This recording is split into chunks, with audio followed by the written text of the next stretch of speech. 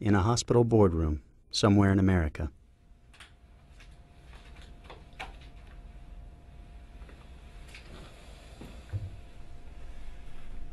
The case of Whitney Ross. What went wrong? In a way, I think we all wish that the result of her case had been related to her appendicitis. But it wasn't. So what went wrong? And what can we do to fix it? Whitney was a sophomore in college, an excellent student with dreams and goals. She came to be in post-op after having an appendectomy. Still doing a little bit of everything. Yeah, yeah. But this IV line still really hurts. Well, like I said, I can try moving it to the other arm. Yeah, whatever you could do. Sure. Is that a rash? Oh, my cat scratched me a few days ago. I told them when they took my history. Okay. It shouldn't be a problem if the IV is down by the wrist. Thanks. Sorry to be such a bother. I'll be back in just a minute. Okay. The probable source of the infection was down the hall. Tom wasn't even supposed to still be there, but he contracted a MRSA infection at his surgical site. His daughter, Kelly, unfortunately didn't understand that even though she was just a visitor, she was also a part of the healthcare team. Hey, my dad could use an extra pillow for his back. Okay, I'll bring you one in just a second. Kelly had been educated by a nurse about the barrier precautions and the dangers of healthcare-associated infections, but she didn't quite grasp how just one lapse can cause infection to spread. Dina? She was a good nurse, but was burned out with stresses at work and home. I know you're always busy with all the paperwork you're doing, but if you could get to us soon. She wasn't going the extra mile to ensure the safety of patients. I just need another minute or two, and then I will bring you a pillow, yes. Okay, thanks. She recognized Kelly wasn't using the gloves correctly, but didn't use the opportunity to educate, and didn't take personal responsibility for cleaning a potentially contaminated surface. Whitney's IV still hurts. I'm going to try moving it to the other arm. Can you cover Mr. Daniels for a few minutes? Yeah, I wasn't going to finish this anyway. Thanks. Nathan? He was the director of the post-op unit. He'd come back from a conference on patient safety and infection control, motivated to make a difference. But he never instituted a sustained effort. Real change never happened. So an otherwise responsible new nurse just out of school never got the message. She was using gloves, so she didn't also feel the need to wash her hands. Nathan's staff did everything right when he was around. But there was no sense of ownership, no real change. There wasn't 100% commitment. Oh, that's so much better. Thank you. Let me know if there's anything else you need. Okay? Straight A's this semester and $1 million. Okay, set your sights a little lower. Just buzz. The infection preventionist working with post-op was Janice. Janice couldn't successfully implement a team approach to infection prevention. Hey, can I talk to you for a minute? Why?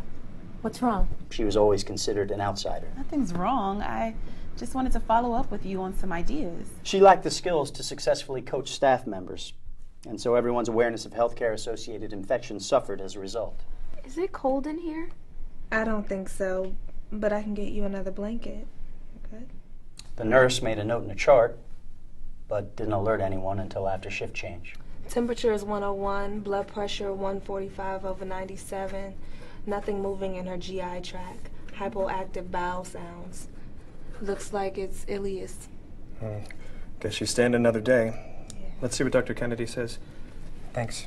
Manuel, in his third year of med school, he longed to make a difference. A temp of 101 is fairly typical for appendicitis. Let's monitor the postoperative ileus for 24 hours. But the patient got worse. She's been acting a little confused, but her temperature went back down. What concerns me is her arm. Look. Manuel had been watching the case all day. He suspected the patient's condition was getting much worse. I saw that. But it's here in her history. Her cat scratched her arm and she got a rash. Did you read her history, Manuel? Let's stick with Dr. Kennedy directed the team to continue the antibiotics already prescribed for her appendectomy and closely monitor her condition. Monitor for peritonitis. I'm on call this weekend. Alert me if she doesn't respond. But Manuel's rotation in post-op was almost over and he didn't want to stick his neck out. Manuel accepted the attending's course of action without objection. When it came time to make a difference, he didn't speak up, even though the problem was staring him in the face. 48 hours later, the nursing assistant took Whitney's vitals at shift change, including a temperature of 97 and blood pressure of 90/60. But Manuel just recorded it and never related to the nurse or bothered Dr. Kennedy because it was the weekend. It was a chain of events that should not have happened. By the time she reached the ICU, she was suffering from organ failure as a result of sepsis. And then... Hey, Dr. Green.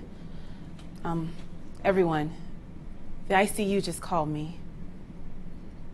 Whitney from 204, she had a MRSA infection in her bloodstream. She passed away. I'll be around to talk with everyone, but Any one of several individuals could have made a better decision, and Whitney might be alive today. She came in with appendicitis. But everyone knew that her patient had just died from poor infection prevention and poor communication. What's wrong? What could they say? They said what had too often been said. Nothing. How can I help you? ¿Qué ha pasado? Whitney murió y se unió como muchos otros quienes han fallecido por adquirir una infección mientras se le están entregando cuidados. Pero esto no tiene que ser así. Esto no es real, pero tenemos un segundo, solo un segundo para cambiar. Retroceder el tiempo y tomar nuevas decisiones como 5 de los personajes que acabamos de ver. Veamos si esas decisiones pueden hacer cambiar el enfoque de los cuidados de la salud asociados a las infecciones para prevenir así este tipo de resultados.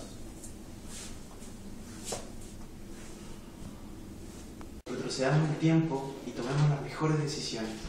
Cuando nos levantemos de aquí, salgamos de esta sala y vayamos a atender a un paciente, no olvidemos que está en nuestras manos mejorar día a día la calidad de los cuidados.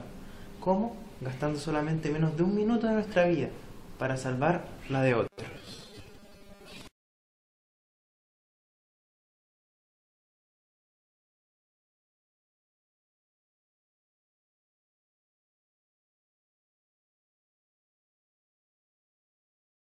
Y recuerda, salvar una vida está en tus manos.